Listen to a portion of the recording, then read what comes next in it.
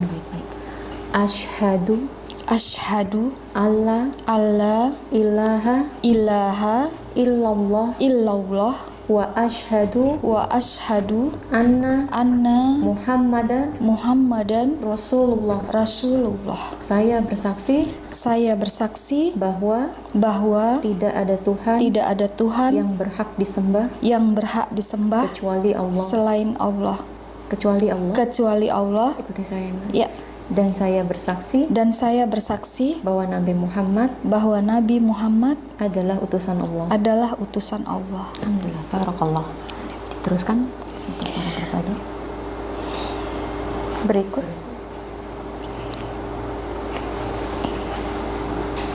Selamat. Makasih. Istiqomah ya Allah.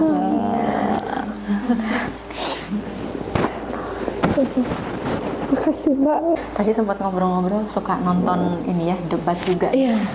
Terus saya mengikuti. Bahkan Siapa aja, Mbak Israel? Bang Zuma, Kodondi, Bang Handi, Pak Desugi, Pak Desugi, terus Bunda Siapa? Bunda itu bukan Bunda Rifa yang orang Padang itu ya? Iya. Ya, dia juga blokir apa sih? Yang sering masuk ke debatnya Bang Zuma juga itu. Blokir permanen, saya nggak tahu namanya siapa itu. Tapi kayak Bunda itu juga, kayak Bunda apa sih namanya ya? Ada ya. Okay. Sama Bang Nandar ya Mas ya, yang tahu sama bahasa Ibrani. Wah, dia pintar banget. Pintar banget bahasa Ibrani. Salut saya sama dia. Sama Bang Nandar, ya dia bisa membawakan bahasa Ibrani, menjelaskan kitabnya Yahudi dulu ya, asli yang sebenarnya gitu. Nah, di situ kalau Bible-nya orang Kristen banyak yang sudah diperbaharui, banyak sekali malah yang udah diperbaharui. Banyak pelajaran yang saya dapatin dari perdebatan antara Muslim dan Kristen melalui Bang Zuma, ya Kodondi, dia buka kitab-kitab mereka. Senang ya? Senang banget, Mbak. Saya nggak bisa tidur malam itu. Yang saya lihat tuh bukan film, bukan YouTube-nya itu buka YouTube itu. Ya. Bener. Wah, Masya Allah. Saya ngikutin sampai kadang jam 4 pagi sampai. Iya bener, nggak tidur itu. Jadi di TV di rumah itu YouTube-nya tentang berdebat gitu ya. Seru banget. Ini ya. Nah, kalau udah dapet yang Kristen yang ngotot tuh ya, begitu nanti udah dijelasin, dia minta dalil, udah kepepet, akhirnya udah arogan kan, arogan yang timbul, arogan, udah mencak-mencak aja. Nah, di situ lucu kadang. Jadi hiburannya. Nah itu dia. Hiburannya Mbak Yusra ini berbeda. Jadi hiburan saya itu Mas memang. Hiburannya nonton debatnya Bang Zuma dan Kodondi. Nah ini para suhu-suhu ya, yang ilmu kristologinya ini sering dilihat oleh Mbak Yusra. Masya Allah, Alhamdulillah. Alhamdulillah. Ya, beliau juga. Silakan. Assalamualaikum warahmatullahi wabarakatuh. Bismillahirrahmanirrahim. Alhamdulillahirabbil alamin. Arsalallahu bil huda wa dinil haq liyudhidahu ala dini kulli walau karihal kafirun walau karihal nabiyun dan nabiyya ba'da ma ba'du. Alhamdulillah, di hari yang berbahagia ini tanggal 18 habis kita kurbankan hewan, bukan kurban Tuhan ya. Alhamdulillah kita berkumpul dan alhamdulillah rezeki dari Allah, kita kedatangan beberapa narasumber. Yang pertama kita kedatangan mu'alaf yang beliau ini mu'alaf yang di usia yang cukup muda ya, dan alhamdulillah juga kita kedatangan ustadz yang bisa kita tanyai dan mungkin aku debat nanti ya. Wah, ustadz siap debat sama aku. Dan kita kedatangan laki-laki asyur juga ya, mantan penyinggir. Bang Umar Al-Fariski, ikhwah fisabilillah. Assalamualaikum Bang Umar, assalamualaikum Ustaz, assalamualaikum Mas. Nanti kita kenalan dulu sama mu'alaf kita. teman-teman yang ada dimanapun berada di channel umat Islam, saya nggak bisa sebutin satu-satu karena ada sekitar 1 juta channel yang menyebut bohong, canda. Maksudnya ada beberapa channel Muslim ya, pengamat debat, Kurius Moto, dosen debat, Opsi TV, ya, Opsi TV, dan channel-channel lain yang melivekan, dan comment center juga mungkin melivekan. Kali ini kita akan mengkaji sharing dan bertanya. Mungkin nanti mu'alaf kita juga akan bertanya kepada ustadz kita di sini. Qadarullah, Allah izinkan kita berkumpul dengan orang-orang soleh, alhamdulillahirobbilalamin. Jadi tidak sia-sia perkumpulan kita hari ini. Makan kenyang, enak banget. Terima kasih Dokter Titis, Kak Titis, I love you full. I love you Dokter Titis. Masya Allah, Ibu Dokter menanti, Masya Allah luar biasa masakannya, endol, gulindol. Yang mau pesen makan boleh nanti ya lihat aku DM ya. Enak banget Banget enak ya. Dan alhamdulillah sebenarnya kita tuh ada Kores juga di belakang sana ya. Kemudian ada Bang Moto juga di belakang sana ya. Mereka di belakang layar dulu ya. Kemudian di sini kita akan langsung nih ke narasumber kita, teman-teman. Hari ini kita berkenalan dengan salah seorang mu'alaf. Kita kenalan dulu mungkin Akhi. Nah, berapa nomor sepatu? Enggak, siapa nama? Ferry. Oke. Ferry adalah seorang mu'alaf. Umur berapa sekarang? 29. Kenapa nggak 27 aja? Nggak boleh? Oke. Umurnya 29 ya, ikhwah. Antum mu'alaf udah berapa tahun? Sekitar 7. Wah, Masya Allah udah muslim. Udah 7 tahun itu cukup lama ya umuran mu'alaf. Ukuran anak tuh udah SD lah ya. Ferry, mungkin akan ini mau bertanya nih sebagai seorang mu'alaf. Ya pertanyaan klise lah ya, pertanyaan biasa yang selalu ditanyakan kepada mu'alaf. Apa sih suka duka menjadi seorang mu'alaf? Suka duka. Iya, suka duka luka, jangan nyanyi. Nah, silakan Ferry. Suka dukanya paling itu sih, karena kan dulu terakhir sekolah kepolisian di NTT dan sempat mau jadi frater juga. Aslinya apa? Aslinya dari NTT. Pernah mau jadi frater itu apa tingkatan apa? Sekolah seminar Rokeng. Sekolah seminar itu Oh, sekolah Katolik NTT. ya, Katolik. Katolik dianya. Jangan layar diam dong, ganggu moderator aja nih. Itu kan Kian Santang ya, suara kan Kian Santang barusan yang cerita gitu. Lanjut. Jadi memang karena adik-adiknya papa itu kebanyakan romo dan pendiri. Adik bapak banyak ngomong? Iya. Suruh debat sama kita. Iya, jadi memang dari situ karena saya kan dulu itu kan karena sering nilai sekolahnya kecil, nah jadi saya tunjukin tuh bahwasanya saya bisa menjadi seorang romo gitu. Oke. Nah, cuman emang cita-cita dulu pernah ingin jadi romo? Iya, pengen jadi romo atau enggak polisi. Cuman pas udah semenjak sekolah seminar Rokeng di NTT khususnya daerah Juga, nah itu dari situ karena kan ada Alkitab tuh, memang Alkitab itu berbeda khusus yang dipegang para frater dan jamaat. Oh beda? Iya. Kok bisa? Kalau yang dipegang jamaat itu ada garis pinggirnya, kalau dipegang para frater. Oh beda di garis pinggir teman-teman ya. Itu baru garis pinggir, belum garis miring, garis tengah, garis depan. Baik, lanjut. Nah jadi memang di situ pun, di setiap ayat itu pun juga selalu pasti kalau dalam Katolik itu di bawahnya itu ada selalu penjelasan tentang ayat-ayat sisipan. Footnote, ya. Ada penjelasan di bawah ya. Iya. Nah, sebentar saya potong, teman-teman. Ini pernah kita dikaji sama Pak Donitan ya, di mana Pak Donitan itu, dan alhamdulillah kemarin Yonatan Anda sudah punya Bible versi Katolik yang hanya dipegang oleh frater tersebut, di mana di footnote-nya itu ada penjelasan-penjelasan ayat-ayat tambahan atau itu filosofi dari Plato, itu ada di situ. Itu yang dimaksud saudara kita, dan saya memang udah pernah ngecek. Memang kita yang punya itu, yang kita tahu itu baru Pak Donitan sama Bang Yonatan Anda. Ya, mudah-mudahan nanti ikhwah semua punya. Lanjut.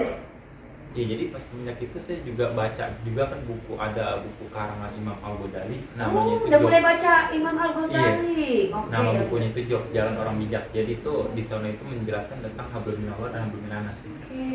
Beradaptasi kepada Allah dan beradaptasi kepada sesama manusia. Nah, saya bikin perbandingan dari salah satu kitab. Oh, boleh memperbandingkan? Iya. Berarti belajar sendiri? Belajar sendiri, iya. Tidak didampingi sama ulama manapun? Enggak. Punya teman muslim? Teman muslim. Jangan-jangan pacaran sama muslimah nih? Enggak, memang kecilnya itu saya dulu karena hidupnya kan waktu kecil itu kan tinggal di Jakarta. Nah, lingkupnya itu kan muslim.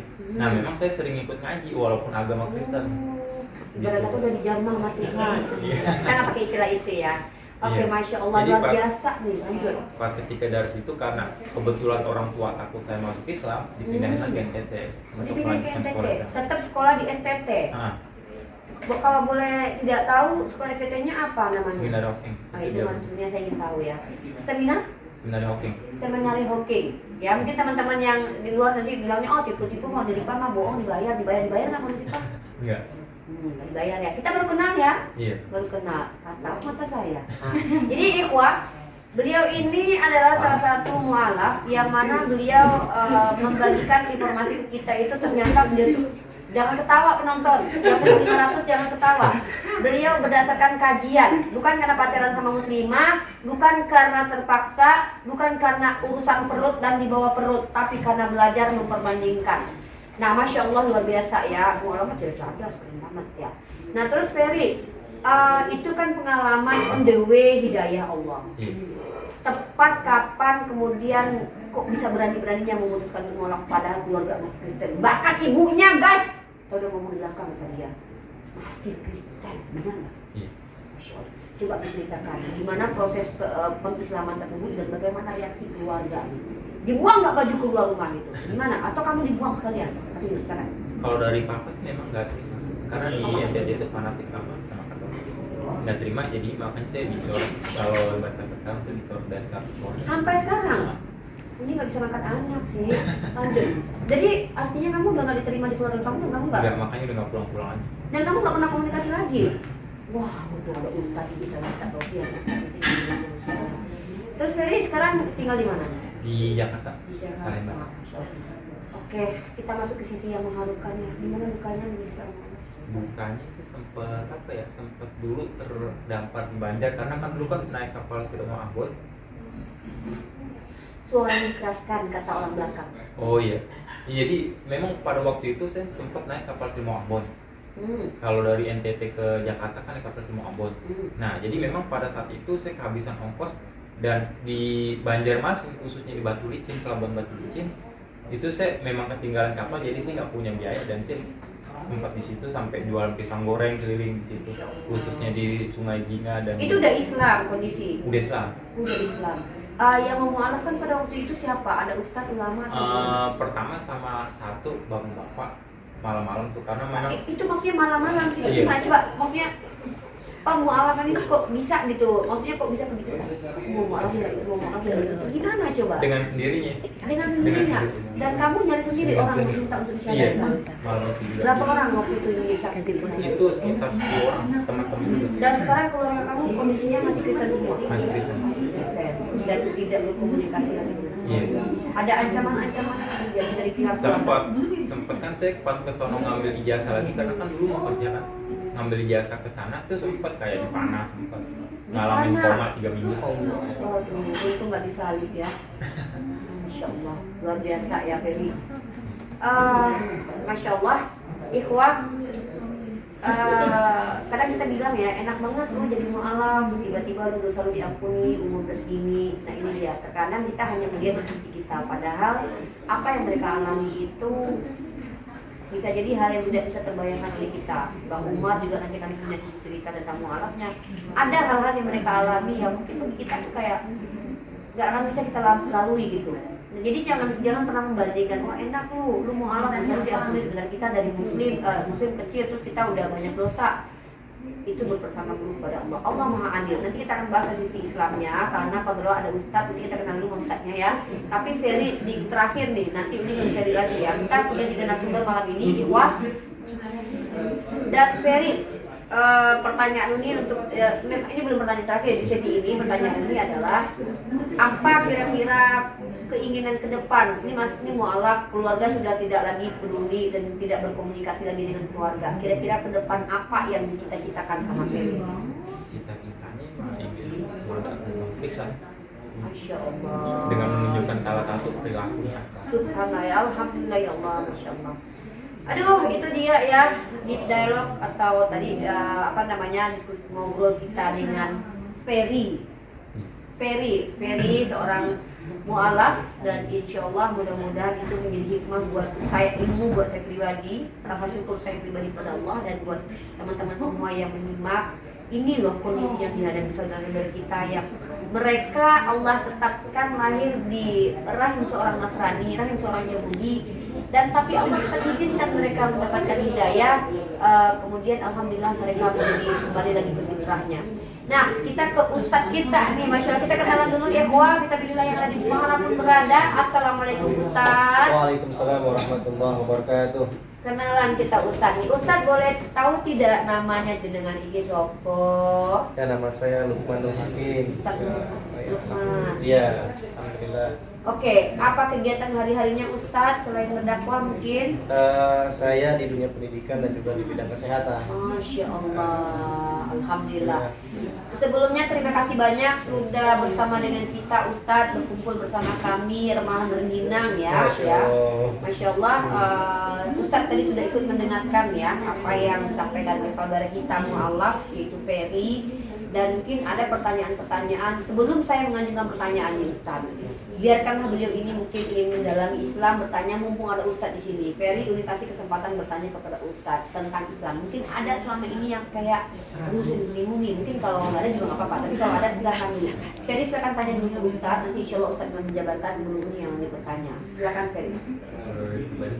Nggak ada. Oke, Masya Allah. Oke. Saya nih Ustaz, menurut Ustaz nih, ini kodrollah ya Ustaz nih, saya ini kan seorang fighter nih Ustaz nih. Saya penginjil malam Ustaz, penginjil jalanan ya. Jadi nggak istilah bercanda Ustaz, bercanda. Saya ini kalau istilah yang dipakai itu sebenarnya belum ini ya, apologet, dikata apologi ya. Ini bahasa Yunani Ustaz, bahasa penjajah di zaman Helenisasi. Yang artinya itu adalah membela. Kata apologet ini sudah dipakai zamannya Socrates ketika Socrates itu berada di ruang sidang kalau tidak salah. Jadi Ustaz tahu sendiri ya kalau dalam ranah akademis kan bahasa yang dipakai kan bahasa Yunani ya kayak psikologi, teologi, islamologi, dari kata logos, kayak taksonomi belum aja tuh pakai bahasa Yunani dari kata Hesiod dan monos ya kan. Jadi kalau kita bicara tentang apologet Ustaz, saya ini boleh dikatakan by experience kurang lebih sekitar 6 tahun melakukan perapologetan. Memang kita tidak mengenal kata ini. Diksi ini bukan diksi Islam, tapi diksi ini lebih dipakai oleh teman-teman Kristiani karena memang kita mereka berbahasa Yunani. Nah, jadi saya, teman-teman apologet, Bang Zuma, Bang Moto, Kores dan yang lain ini adalah orang yang berada di bawah naungan apologet Islam Indonesia. Di mana yayasan lembaga atau lembaga ini ya banyak, bukan cuma itu aja ya, ada YPM, YPMA Tauhid, ada JCC, ada lagi Alimatea. Nah, lembaga-lembaga seperti ini adalah lembaga yang mencoba berdakwah dengan metode dialektika lintas agama, melakukan komparasi perbandingan lintas agama secara langsung dengan berhadapan dengan kaum kufar, para salibis, para misionaris, para penghujat pun kita makan itu gunung-gunungnya Ustaz. Yang saya dingikin Ustaz, mesti saya tanyakan Ustaz. Maaf saya agak lucu Ustaz orangnya. Yang saya tanyakan adalah bagaimana pendapat Ustaz dalam dalam Islam sendiri nih. Karena kan saya udah tanya beberapa ulama nih, alhamdulillah support, tapi saya pengen tahu nih. Dan Ustaz sendiri melihat dunia perapologetan ini, mungkin silakan Ustaz kasih tausiah kepada kalian. Ustaz, banyak banget dosanya itu Ustaz. Ya, silakan Ustaz, dan tempat saya persilahkan. Ya, jadi yang terpenting diskusi kita itu ya, jadi bahkan di dalam Islam itu tidak boleh menghina agama lain. Gitu. Jadi makanya tadi Islam itu dengan akhlak. Makanya pernah baca Quran pasti kan di semua di sini. Yes. Tahu nggak tengah-tengahnya tulisannya? Pembatas tengah-tengahnya Al-Quran. Pembatas tengah-tengah Ustaz? Jadi Al-Quran itu ada tengah-tengahnya. Ada tulisan paling besar. Oh, yang diwarnain merah tuh? Ya, betul. Waliyatalattof. Warna merah kan Ustaz? Ya, waliyatalattof. Iya, Masya Allah. Di tengah-tengah guys. Untuk bisa. Iya. Iya, alhamdulillah bisa. Ya Allah, nggak malu. Jadi berlakulah lemah lembut. Nah, Islam itu lemah lembut. Nah, makanya dari kisah Rasulullah SAW yang dulunya berdakwahnya secara diam-diam. Nah, dulu Rasulullah punya sahabat namanya Abu Bakar Siddiq. Nah, kalau beliau ini Abu Bakar Siddiq orangnya lembut. Nah, tapi Rasulullah ketika itu belum berani terang-terangan tuh. Ya. Bahkan Rasulullah dalam hatinya kepingin ada sahabat yang tegas. Maka dapatlah Sayyidina Umar bin Khattab, ya, yang dengan keberaniannya, ya. Dan waktu itu ketika itu Sayyidina Umar itu pengen ngebunuh Rasulullah SAW. Ya. Nah, ketika itu mendengar ayat Allah, bergetarlah hatinya, maka masuk Islam. Nah, ketika Sayyidina Umar bin Khattab ya masuk Islam, disitulah baru Rasulullah SAW ya berdakwah secara terang-terangan. Nah, makanya dari 4 sahabat Rasulullah yang kita kenal, biasa kita kenal, Abu Bakar Siddiq, Umar bin Khattab, Utsman bin Affan, Ali bin Abi Thalib, ya, mempunyai karakter-karakter yang berbeda-beda. Ya, Abu Bakar dengan kelembutannya, Umar bin Khattab dengan ketegasannya, Utsman bin Affan dengan kekayaannya, ya, Ali bin Abi Thalib dengan keilmuannya. Gitu. Nah, jadi tadi boleh kita berbicara lintas agama, ya, tapi di dalam Al-Quran melarang untuk kita menghina agama lain. Kenapa? Kita pun nggak mau kan agama kita dihina agama lain. Janganlah kamu memaki semua orang. Ya, betul. Makanya lakum dinukum waliyah. Ya, agamamu, agamaku. Nah, kisah itu adalah salah satu kisah di mana Rasulullah SAW. Jadi di waktu itu ada orang yang ahli bukannya debat, mengambil simpati seseorang, gitu. Ya, karena ayatnya itu Al-Quran itu menyinggung kebiasaan-kebiasaan di zaman jahiliyah, mabuk, dan sebagainya. Nah, ayat ini menyinggung mereka nih. Ya, saking luar biasanya, akhirnya ya bagaimana caranya nih, gitu kan? Akhirnya kaum itu mencari celah, ya, bernegosiasi kepada Rasulullah. Gitu. Ya Rasulullah, kalau begitu ketika engkau ibadah, aku ikut deh. Tapi begitu aku ibadah, engkau ikut saya. Maka turunlah surat tersebut, lakum dinukum waliyah. Seperti itu. Ya. Jadi kembali tadi luar biasa, ya dapat hidayah. Ya, hidayah itu hak prerogatifnya Allah Subhanahu wa taala. Sekelas Nabi Rasulullah tidak bisa memberikan hidayah. Ya, kalau kita sekarang kan seperti Nabi Ibrahim alaihissalam, ya, sudah ada kan sekarang. Nabi Ibrahim bapaknya pembuat patung, nggak dapat hidayah. Nabi Lut alaihissalam istrinya, ya. Nabi Nuh alaihissalam anaknya, yaitu namanya siapa? Si Kanan. Beda tapi Ustaz, kalau di kitabnya orang Kristen Ustaz, Kanan mah ibunya Nabi Nuh yang dikutuk gara-gara Ham, bapaknya ngeliatin Nabi Nuh mabok, terus telanjang bugil Ustaz. Ustaz, maaf Ustaz. Begitu Ustaz di kitabnya mereka Ustaz. Ya, makanya sekelas Rasulullah aja pamannya nggak dapat hidayah. Ya. Jadi bersyukurlah kita semua, ya, baik yang Islam secara lahir maupun yang mungkin hidayahnya ketika sudah dewasa. Ya. Dan tadi dari kisahnya Mas Peri, ya, itu benar. Jadi hidayah itu perlu kita cari, ya, bukan berdiam diri. Nah, hidayah itu tidak hanya diberikan kepada orang non Muslim, ya, tapi orang Muslim pun, ya, banyak nih, ya, Islam KTP, ya, insya Allah masuk Islam, masuk surga.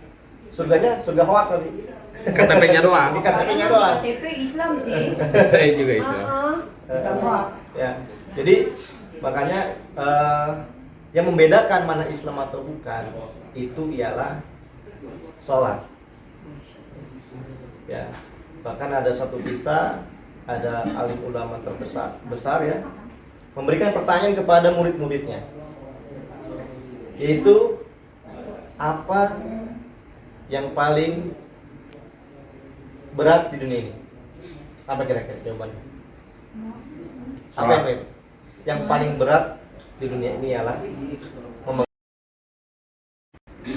jadi kalau agama kita diacak-acak mereka pasti dong Marah. kita pasti. Jadi saya dulu itu menjadi seorang Judaism, kan sebelumnya kan Kristen gue pasti. Jadi Kristen, Judaism, baru ke Islam. Saya itu belajar kenapa Yesus itu dia Tuhan gitu Pak Ustaz. Nah itu masalahnya di situ. Kalau Yesus utusan pasti saya udah di situ. Tetapi secara teks, letterlix, kita juga nggak boleh mendistorsi kitab mereka. Kalau Quran didistorsi sama mereka, kita marah dong. Ngamuk. Ya. Dan orang seperti itu kan darahnya dirindukan sama pedangnya Sayyidina Umar kan gitu ya. Jadi kalau saya pindah ke Judaism itu gara-gara di PP itu Yesus Tuhan gitu Pak. Jadi bagaimana mungkin seorang manusia yang ada di PP gitu Pak Ustaz.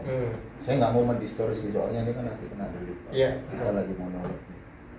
Jadi apa yang menjadi imannya umat Kristen biarkan kan gitu. Kan bukan ranah dalam diskusi kayak gitu. Jadi saya mempelajari Kristen itu ya memang dalam iman mereka itu Yesus itu Tuhan gitu. Bahkan ayatnya itu jelas Pak Ustaz. Kayak Lukas 2 ayat 11 gitu ya.